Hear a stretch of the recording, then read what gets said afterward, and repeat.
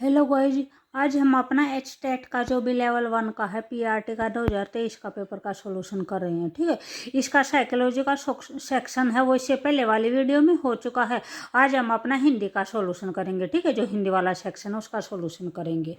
ये हमारा question number 31 है। क्वेश्चन नंबर 31 में क्या है, किस शब्द में इत प्रत्यय यानी केंद्रित के रूप में प्रयोग हुआ है। ठीक है, जो फर्स्ट ऑप्शन है वो है पूजित है, सेकंड ऑप्शन कलंकित है, थर्ड ऑप्शन है वो कुसुमित है और फोर्थ ऑप्शन डी ऑप्शन दे रखा है फलित दे रखा है।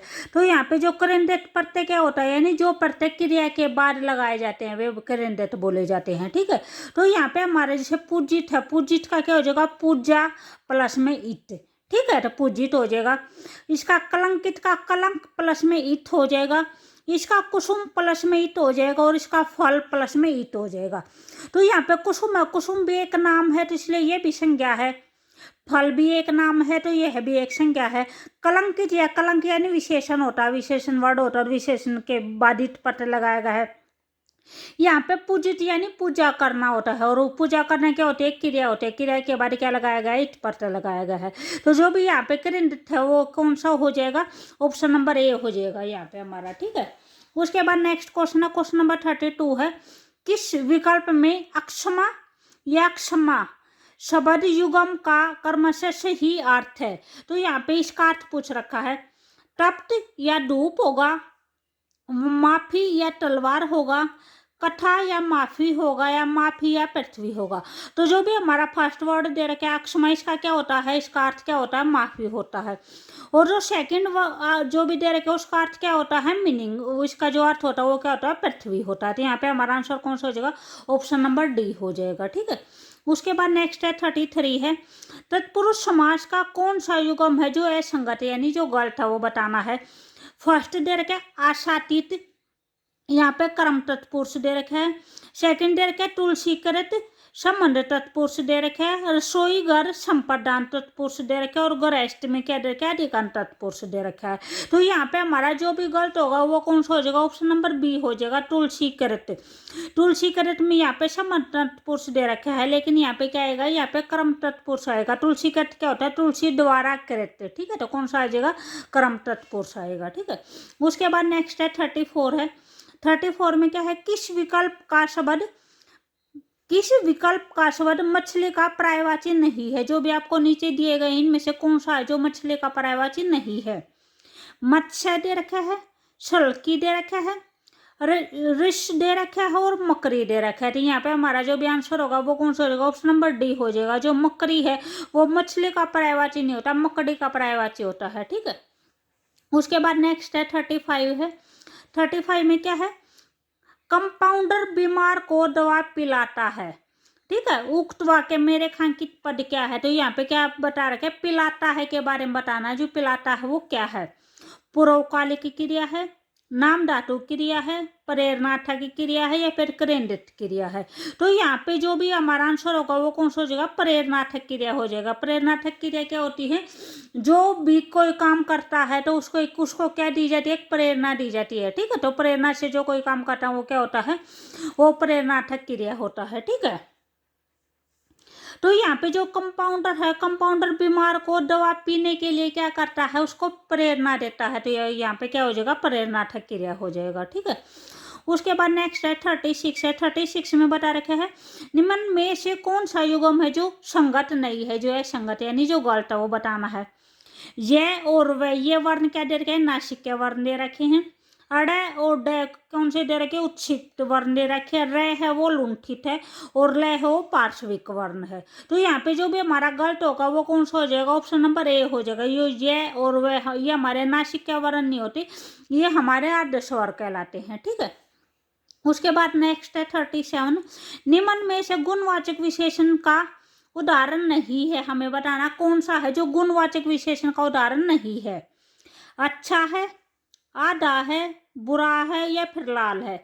तो यहाँ पे जो भी ये तीनों दे रखे ये गुणवाचक विशेषण के एग्जाम्पल हैं। ठीक है, अच्छा, बुरा और लाल। जो आधा है वो गुणवाचक विशेषण का एग्जाम्पल नहीं है, ये जो भी हमारा परिमाणवाचक विशेषण तो उसका एग्जाम्पल है। ठीक है, उसके बाद नेक्स्ट दे रखा है 38। 38 में क्या है, किस विकल्प के शब्द तत्सम नहीं है। ठीक है, है। ये पूछ रखा है कौन से हैं जो तत्सम नहीं है, यानी जो उनसे तद्भव है वे बताने हैं। फर्स्ट ऑप्शन दे रखा है बयार और काज दे रखा है। सेकंड है आज्ञा और राजा दे रखा है। सी है वो स्वामी और पक्ष दे रखा है। डी है करण और वत्स दे रखा है। तो यहाँ पे हमारा आंसर कौन सा हो जाएगा, जो तद्भव है वे कौन से हैं, बयार है और काज है। ठीक है, उसके बाद हमारा 39 है। 39 में क्या है, दूसरे के काम में दखल करना, वाक्यांश के लिए उचित शब्द बताना है। ठीक है, उन्मूलन होगा, षोडशी होगा, हस्तक्षेप होगा या फिर अड्यूढ़ा होगा। तो यहाँ पे हमारा दूसरे के काम में दखल करना क्या होता है, हस्तक्षेप करना होता है। ठीक है, तो यहाँ पे हमारा आंसर कौन सा हो जाएगा, सी हो जाएगा।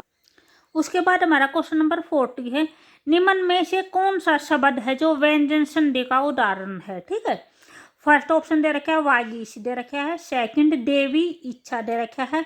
ये कपीश दे रखा है और ये भी दूध दे रखा है। तो यहाँ पे हमारा जो व्यंजन संधि का उदाहरण है, जो एग्जाम्पल है वो कौन सा हो जाएगा, ऑप्शन नंबर ए हो जाएगा वागीश, वाक प्लस में ईश। ठीक है, उसके बाद है 41 में क्या है, किस विकल्प के शब्दों को प्रत्यय संबंधी अशुद्धि है। जो भी आपको नीचे ऑप्शन दे रखे हैं, इस ऑप्शन में कौन सी है जो प्रत्यय रिलेटेड अशुद्धि है वो बतानी है हमें। ठीक है, तो जो फर्स्ट ऑप्शन दे रखे हैं वो दे रखे हैं विवाहेतर और चिन्ह दे रखे हैं। यहाँ पर माननीय और नाइन दे रखा है। प्रत्याशी और प्रमुदित दे रखे हैं। और जो डी ऑप्शन है वो पांडित्यता और बाहुल्यता दे रखा है। तो यहाँ पे जो भी हमारा गलत होगा वो ऑप्शन नंबर डी हो जाएगा, पांडित्यता और बाहुल्यता। यहाँ पे जो भी इनके पीछे जो भी उपसर्ग जो भी प्रत्यय लगा हुआ वो यहाँ पे क्या है, जस्ट पांडित्य आएगा और बाहुल्य आएगा। ठीक है, उसके बाद है 42, निम्न में से कौन सा भेद है जो पुरुषवाचक सर्वनाम का नहीं है। जो भी हमारे ऑप्शन दिए गए हैं वे है व्यक्तिवाचक संज्ञा है, व्यक्तिवाचक है जस्ट, उत्तम पुरुष है, मध्यम पुरुष है और अन्य पुरुष है। तो यहाँ पे बताना है कौन सा है जो पुरुषवाचक सर्वनाम का भेद नहीं है। तो यहाँ पे हमारा आंसर कौन सा हो जाएगा, ऑप्शन नंबर ए हो जाएगा। व्यक्तिवाचक क्या होती है, संज्ञा होती है, संज्ञा का भेद है ये व्यक्तिवाचक संज्ञा। ठीक है, उत्तम पुरुष, मध्य पुरुष और अन्य पुरुष, ये तीनों के जो पुरुषवाचक सर्वनाम है उसकी सब टाइप होती है। ठीक है, उसके बाद 43 दे रखा है। 43 में क्या है, किस विकल्प में विलोमार्थी युगम संगत नहीं है, यानी जो भी आपको ये नीचे विलोम वर्ड दिए गए इनमें से कौन सा है जो गलत है वो बताना है। आज्ञा का अनुज्ञा दे रखा है, आचार का अनाचार दे रखा है, आच्छन का निराच्छन दे रखे और आलसी का क्या दे रखे, उद्यमी दे रखा है। तो यहाँ पे जो भी हमारा गलत होगा वो ऑप्शन नंबर ए हो जाएगा। जो आज्ञा का जो विलोम शब्द होता है वो क्या होता है, अवज्ञा होता है, अनुज्ञा नहीं होता है। ठीक है, उसके बाद 44 है, किस विकल्प के शब्द में अभी उपसर्ग से निर्मित नहीं है, यानी जो भी नीचे वर्ड दिए गए हैं उसमें बोल रखा है किस में है जो अभी उपसर्ग नहीं है। ठीक है, अभी उपसर्ग का प्रयोग नहीं हुआ है। फर्स्ट ऑप्शन में दे रखा है विराम और अव्यागत है। सेकंड है अभिष्ट और अभिषिप्त है।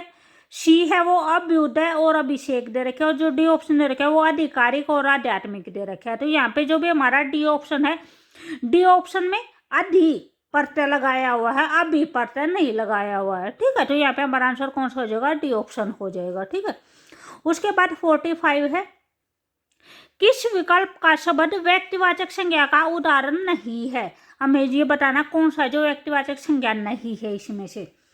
फर्स्ट ऑप्शन है वो नगर दे रखा है, सेकंड है रामायण है, थर्ड है आगरा है और फोर्थ है ताजमहल है।